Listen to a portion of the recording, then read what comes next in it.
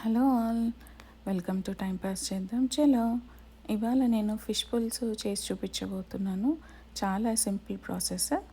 ముందుగా కడాయి పెట్టుకొని ఒక 1 స్పూన్ ఆయిల్ వేసుకొని అందులో కొంచెం మెంతులు, జీలకర్ర రెండు కలిపి 1 స్పూన్ వేసి కొంచెం ఫ్రై చేసుకోవాలి.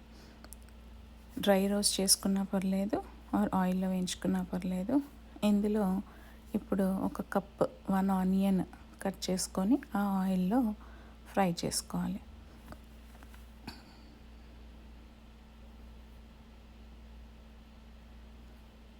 చాలా ఈజీ వే అండి. ఇప్పుడు కొంచెం సాల్ట్ చల్లుకుంటే ఆనియన్స్ త్వరగా వేగుతాయి. సో అలా కలుపుకునే లోపు మనము ఫిష్ తెచ్చుకొని అందులో మంచిగా కడుక్కొని ఉప్పు, కారం, పసుపు, అల్లం వెల్లుల్లి పేస్ట్ అన్నీ వేసుకొని తగినంత ముందు ఇక్కడే వేసుకోవాలండి, మళ్ళీ తర్వాత వేసుకోము. సో మీకు సరిపడినంత కారం, ఉప్పు, గార్లిక్ పేస్ట్ వేసుకొని బాగా కలుపుకొని పక్కన పెట్టుకోవాలి. ముందే ప్రాసెస్ స్టార్ట్ అయ్యే ముందే. ఇప్పుడు ఈ లోపల ఇవి ఫ్రై అవుతాయి కదా, అది పేస్ట్ చేసి పెట్టుకోవాలి. ఇప్పుడు ఒక పెద్ద వెడల్పాటి ప్యాన్ తీసుకొని దాంట్లో ఆయిల్ తగినంత వేయాలి. కొంచెం నాన్ వెజ్ కాబట్టి ఆయిల్ ఎక్కువనే పడితే టేస్ట్ బాగుంటుంది.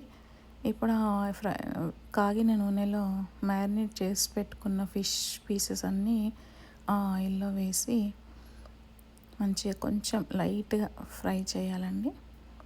కొంచెం పచ్చి స్మెల్ పోయే వరకు ఫ్రై చేసుకోవాలి.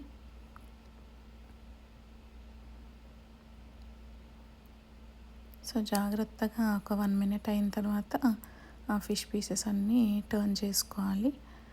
టర్న్ చేసుకొని 2 సైడ్స్ కొంచెం ఫ్రై చేసుకోవాలి. అడుగంటినట్టు అనిపిస్తుంది, ఏం కాదు.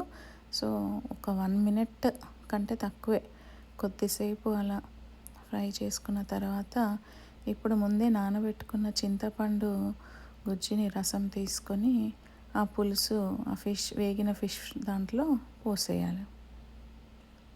సో మీకు తగినంత పులుపు ఎంతైతే మీ టేస్ట్ తగ్గట్టు ఉంటుందో ఒక నిమ్మకాయ సైజు అంత, నేనైతే ఒక ఫుల్ చేప తీసుకున్నానండి, దానికి ఒక నిమ్మకాయ సైజు అంత చింతపండు తీసుకొని నానబెట్టుకొని పులుసు తీసుకున్నాను.